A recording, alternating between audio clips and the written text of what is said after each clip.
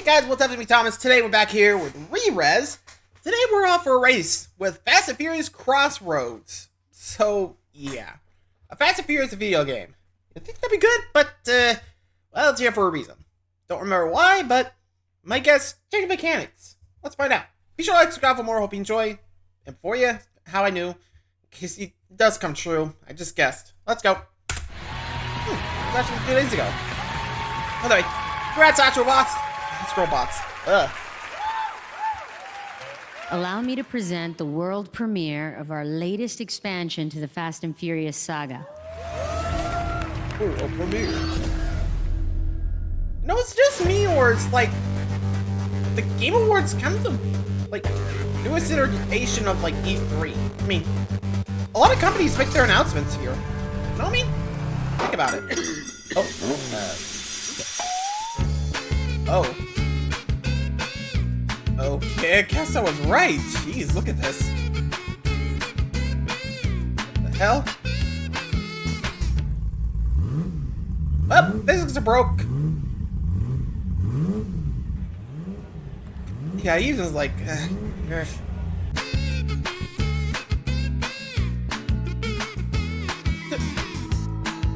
kid, this poor ass physics. How'd you do that?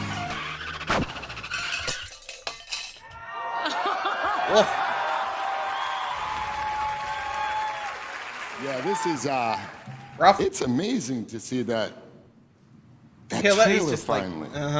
like, Fast and Furious There we Crossroads go. is a vehicle-focused action-adventure game released for the PlayStation 4, Xbox One, and PC in 2020. Based off the popular and long-running Fast and Furious films, the game is set in the same universe and features several of the same characters. Now, for those unfamiliar, the Fast and the Furious franchise began with the simple story of an undercover LA cop embroiled in a street racing Recipes and for Walker. hijacking community, and has since evolved into massive, globe-trotting action flicks with an emphasis on vehicles, muscular bald dudes, and And heists. explosions. Oh, and family.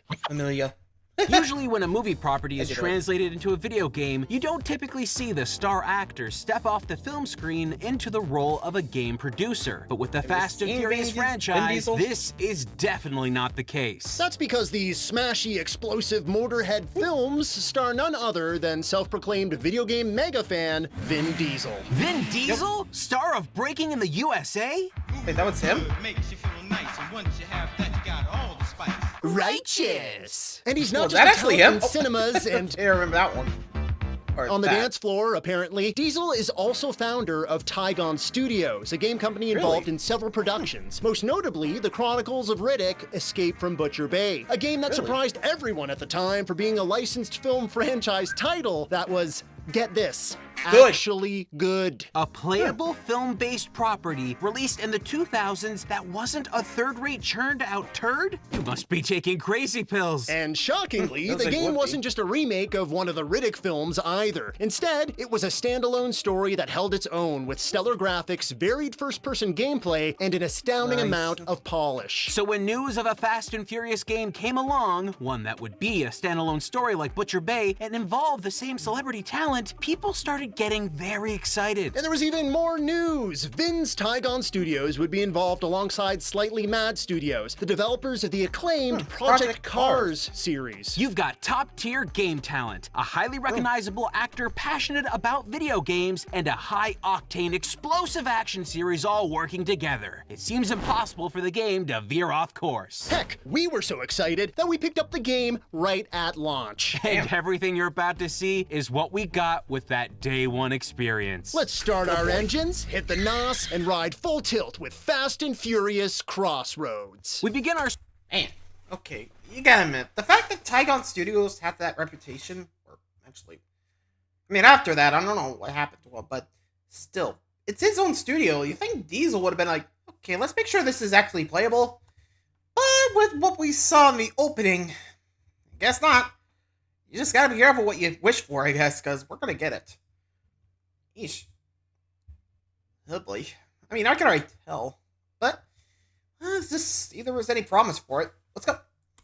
story jumping instantly into gameplay, speeding Yeah. through the streets. Dom, played by Vin Nobody. Diesel, and Letty, played by Michelle Rodriguez, have been informed by Mr. Nobody that a serious films, international I think, threat right? may be afoot. They I need didn't to like the stop Nick Fury it. of the Whoa, franchise. thrilling! But who exactly are our protagonists? Why are they driving flashy, souped-up cars? Who is Mr. Nobody? If this is your very first taste of the Fast and Furious franchise, you're not gonna know any of Yeah. that because this game simply doesn't tell you. Apparently, all we need Yeah, I to think they know would've is that put it Dom like and a Letty are previously hunting on Fast and down Furious a or dangerous something, but- fugitive. And eventually they find him, driving a massive flamethrower tank. How does one take down a Goliath fire-spewing military-grade beast? With the harpoon gun, our heroes conveniently mounted to one of their cars, Again, action despite movie. neither driver actually knowing the fugitive was fleeing, or that he'd be doing so in Guile's sonic boom tank.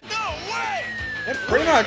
Oh, come on. Surely it would take more than Captain Ahab's weapon of choice mounted to a street racer to actually take that thing down. You're right. Dom also has wheel spikes attached to his shiny 70s muscle car. They have no issue disabling what are likely extremely reinforced army tank treads. Oh, okay, so this has all the realism of a Saturday morning cartoon show. Pretty Gotcha. much. The tank is down. The driver hobbles out looking a bit. I mean, normally I would say that'd be unrealistic, but then again, you guys know the franchise.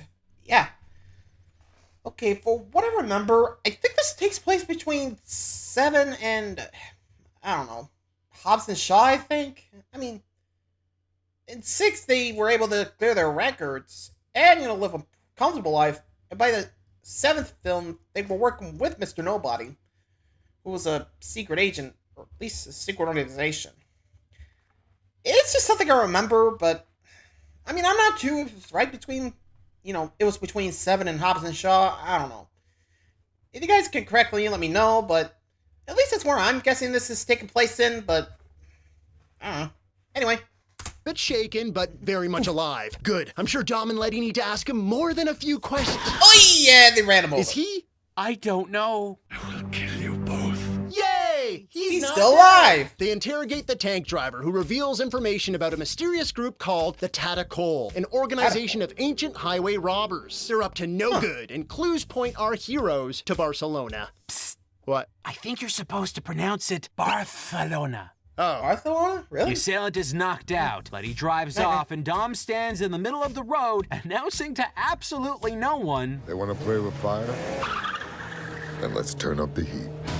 Fire? Again, What's that even in movie. reference to? maybe he's talking about the flame tank he just took out? Probably. Dude, that was like 5 minutes ago. It's a little too obvious. Okay, Or so you too may be oblivious. thinking, hey, that actually looked like a pretty fun, action-packed first stage. So what is wrong with this game? Let's shift it into reverse. Right from the start, Fast and Furious Crossroads is a game about controlling vehicles. So, of course, this begs the question, how's the driving? See, there are multiple kinds of driving games out there, but usually they can be broken down into one of two camps. Arcade style, which usually simplifies driving and can include weapons, crazy levels, and interesting takes on maneuvers like drifting. Think games like Mario Kart, yeah. Cruisin', and Burnout. And then you've got simulation style, titles that lean more into realism in their driving. These can include pro racing tournaments and time challenges, games like Gran Turismo, Forza Motorsport, and even Slightly Mad Studios' very own Project Cars. So what camp is Fast and Furious Crossroads in? This camp.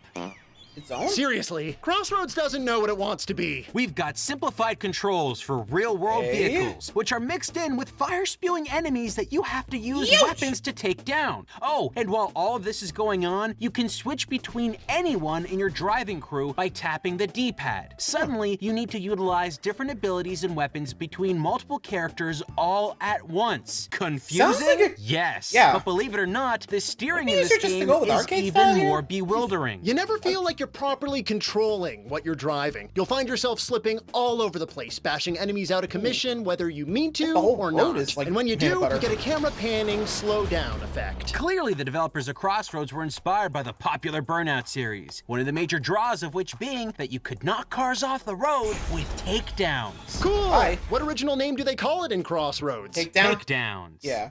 Cool. But if the slippery controls of this game really aren't working for you and you're having problems hitting what you want when you want, have no fear, the shunt buttons are here. Shunt! Shunt! Shunt! Shunt!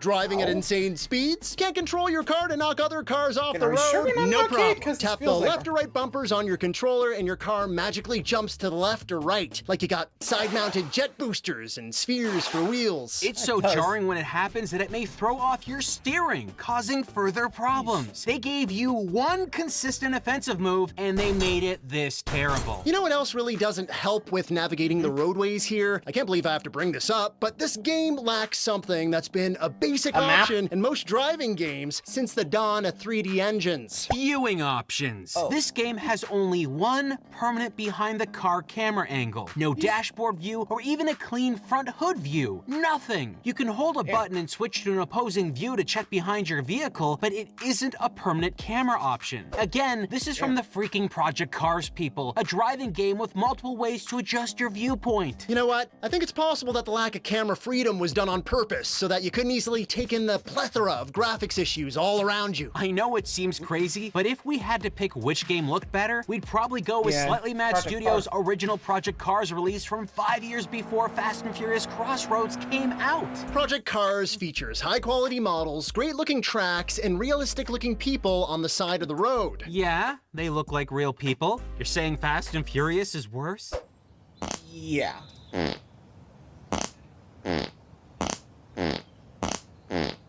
Answer your question. Yes.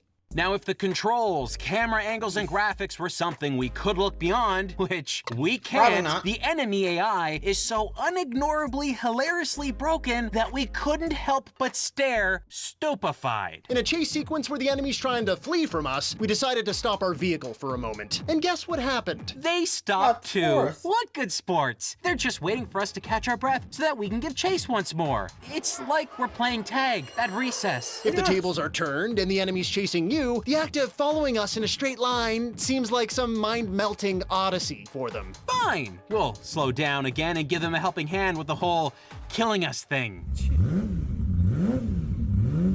Wow, they can't even The get AI is lined either up. impossibly busted, or the Tadacol refurbished a bunch of old Chuck E. Cheese animatronics for their grunts. It does. That's a lot of bad, isn't it? But guess what? That's just the first level. Numero uno, tip of the chillingly awful iceberg. If that instills a shoot it. fear in you Oh. that the rest of the game might be as bad or even worse than the first level, great job! You're smarter than this guy. Yep. More story. We meet Here we two go. completely new characters to the Fast and go. Furious franchise. Vienna, a classic car nut, and Cam, a new age vehicle gearhead. They're Americans living in Barcelona, running a vehicle repair shop. We're also introduced to Vienna's boyfriend, Sebastian, who we quickly learn is financially tied to some pretty unsavory characters looking to cash in on his debt. This section of the game has us completing riveting linear missions as we delve deeper into helping our pal Sebastian out. Dude, Like that's picking up a broken down electric car. Yay. Or driving to Vienna's house. Whoa. Or getting to Vienna's house safely.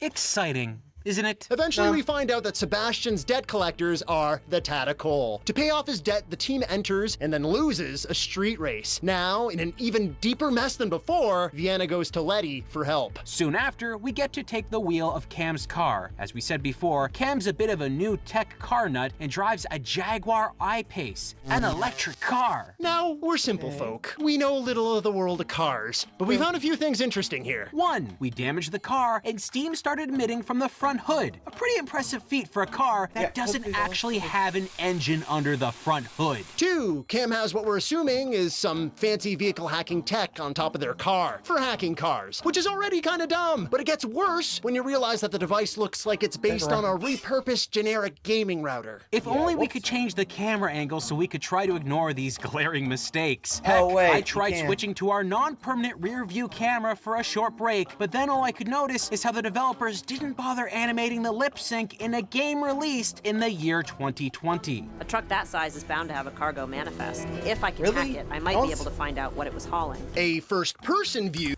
Wow.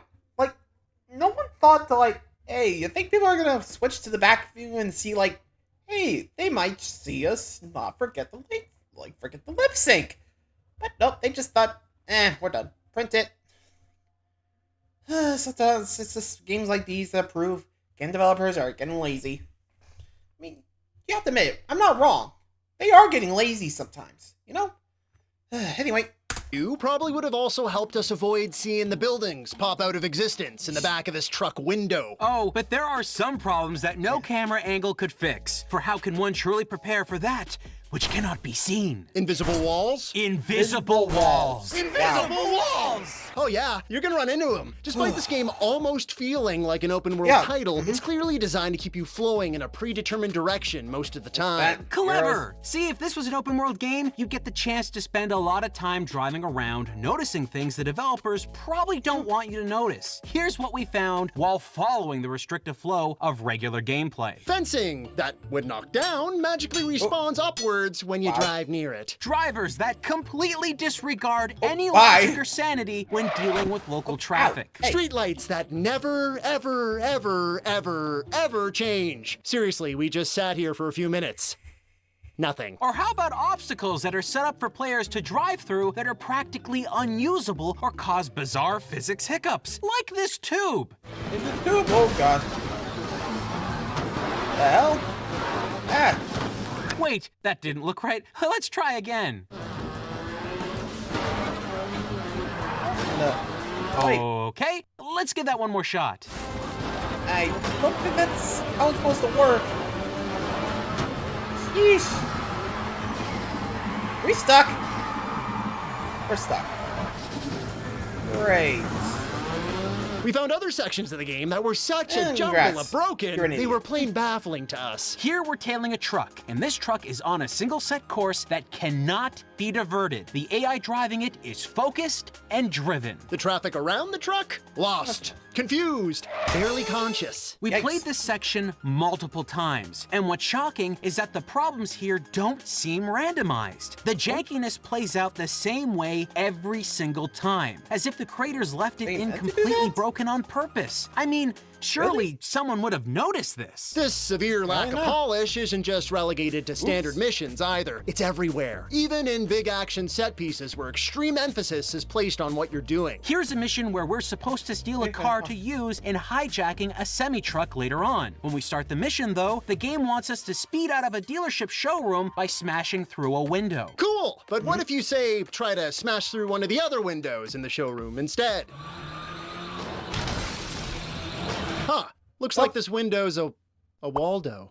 Later, we take the same vehicle through a building with destructible scaffolding. It suddenly jumps to slow motion to emphasize the coolness of the scene.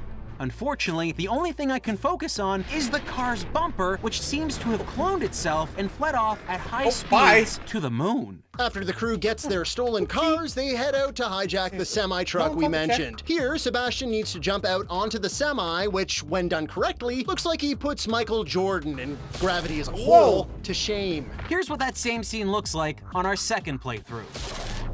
Ah, janky. And here's what we caught on our third attempt. We get separated from the semi by a row of concrete pillars and... Whoop. Don't try this at home, kids. Sebastian is a professional at... Whoa, whatever dark black magic bullcrap just happened. That's impressive! Sebastian can survive anything!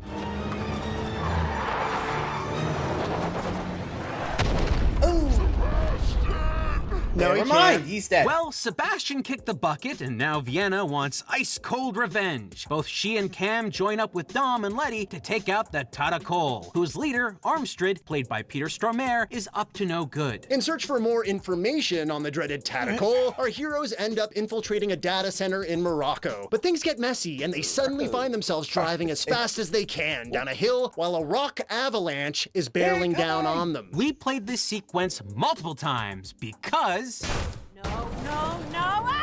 Because of that. Really? Which just kept happening. guardrail? we followed that icon in the distance again and again, but something was right in front of us that we kept colliding into that we couldn't see because... We don't Invisible have walls. camera angles to choose from. Eventually we figured, hey, let's avoid the strange spot and just follow the road, because we're in a car. Cars could like just go roads. left of this Surely rock. that is where we need to go. Nope.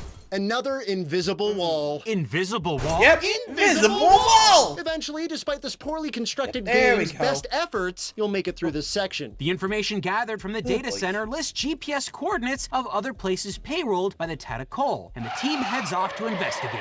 I'm gonna be sick.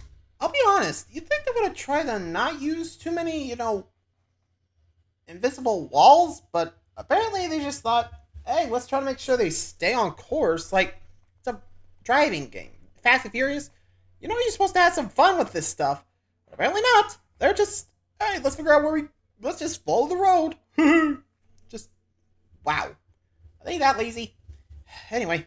Dick. Well, sickness would be more fun than actually driving through this level, which has a sandstorm you can't see through paired up with no map. They find an old abandoned train tunnel and train tracks. What could the game possibly be alluding to? They gather their team to investigate by leisurely standing around the tracks. Get back! Oh, yep, there we go. Train! A train! Wow! Who could have seen that coming? Yes, sir. Another quality action sequence from the folks that brought you Bumper, Fly Me to the Moon. But don't take our word for it. Check out how Letty, the highly skilled Interpol agent, handles helping her crew up on this speeding train.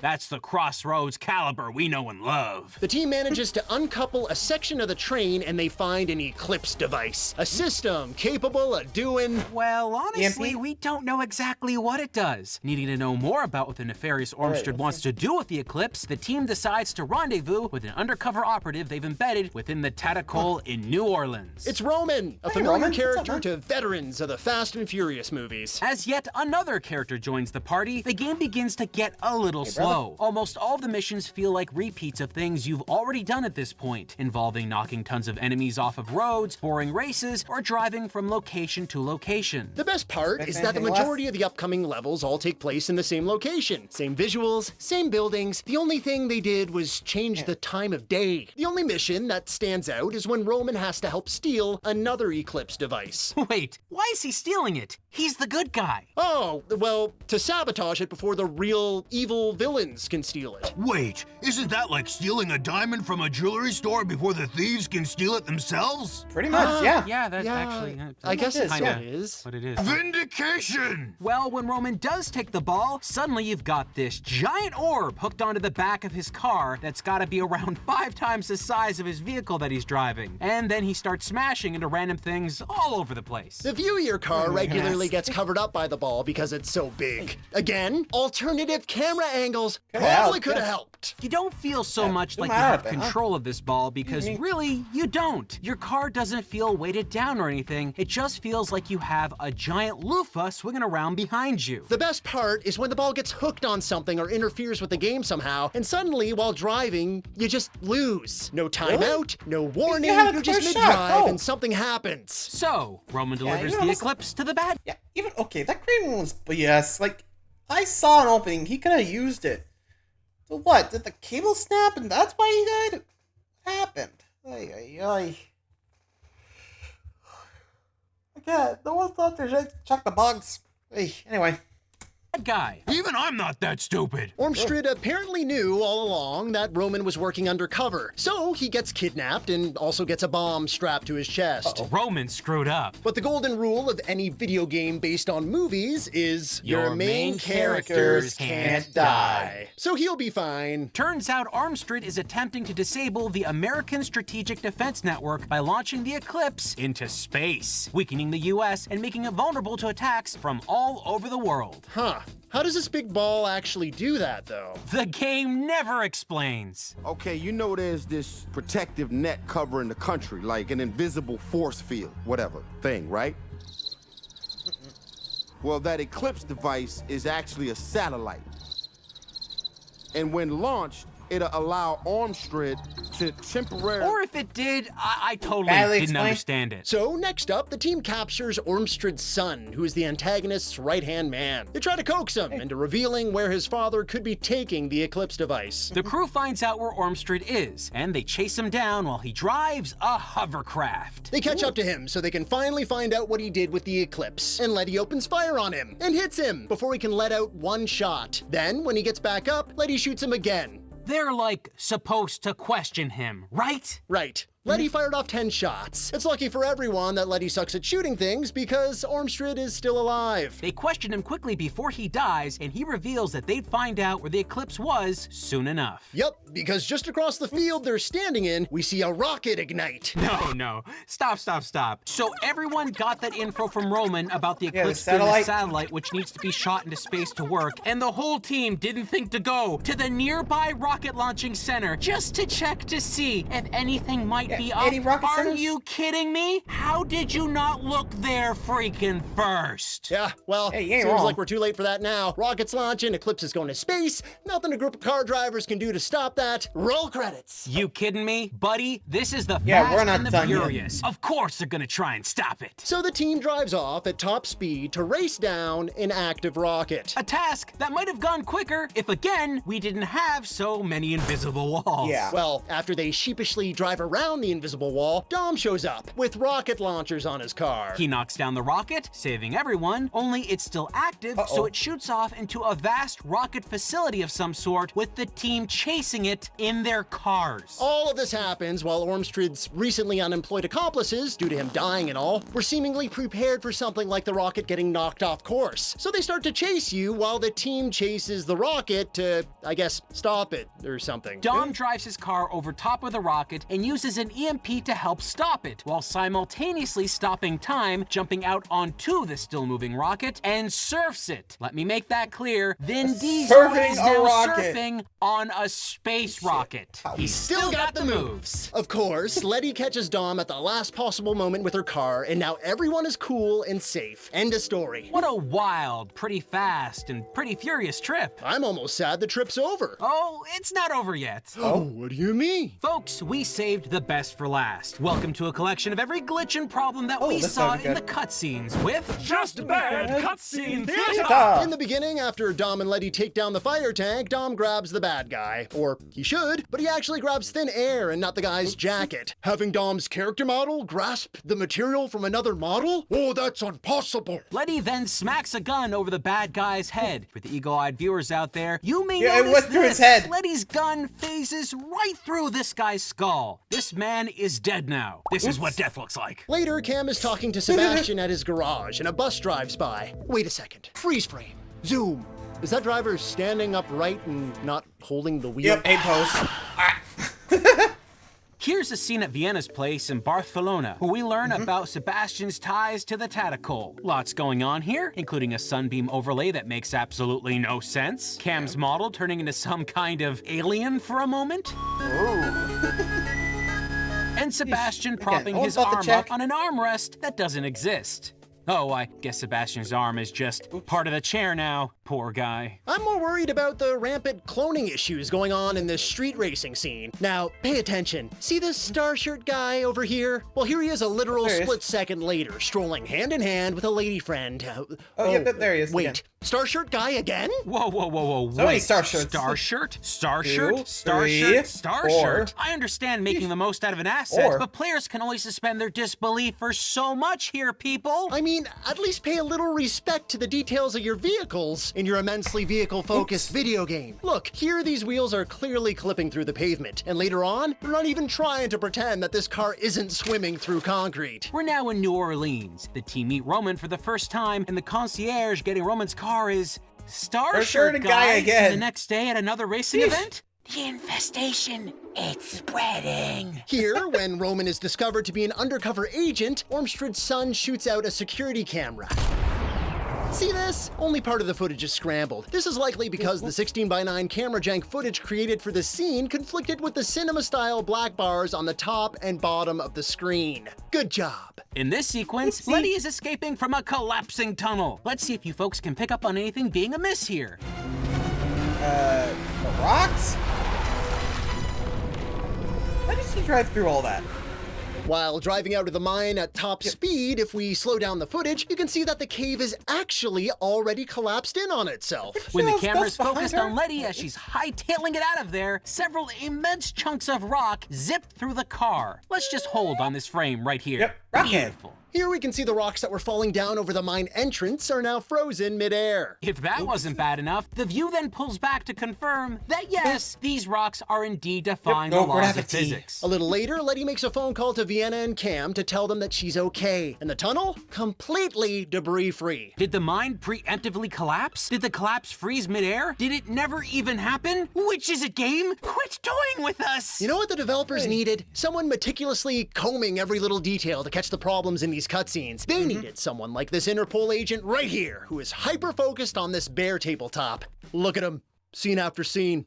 Never breaks. Here, this cutscene broke the game and crashed it. Yeah, I know that's not a funny visual glitch, but hey, it's still a glitch. No, you know what? I think that's a pretty poetic way to end this. Fast and Furious Crossroads, an awful driving game, finishes with a crash. So that's Fast and Furious Crossroads, a crazy mix of glitches, bugs, and insultingly bad gameplay. In a weird way, the game actually made us want to play through it. We were in complete awe by how the game continually one-upped itself in jank. In that way, it's probably one of the greatest bad games we've ever played. You might be a fan of the movie series, and if you are, then you might be able to find a lot of fun in Crossroads. We certainly did in our own special way. But for anyone out there who doesn't like Fast and Furious, or can't find the joy in absolute junk, you'll probably say, It's just bad. Yeah, even I could tell. I don't know if they fixed any of it in the updates, so if you guys play it, let me know if they updated it and fixed it, but my money says no, they did not. But, well, again, kind of glad I missed this one, so, anyway, till next time, adios.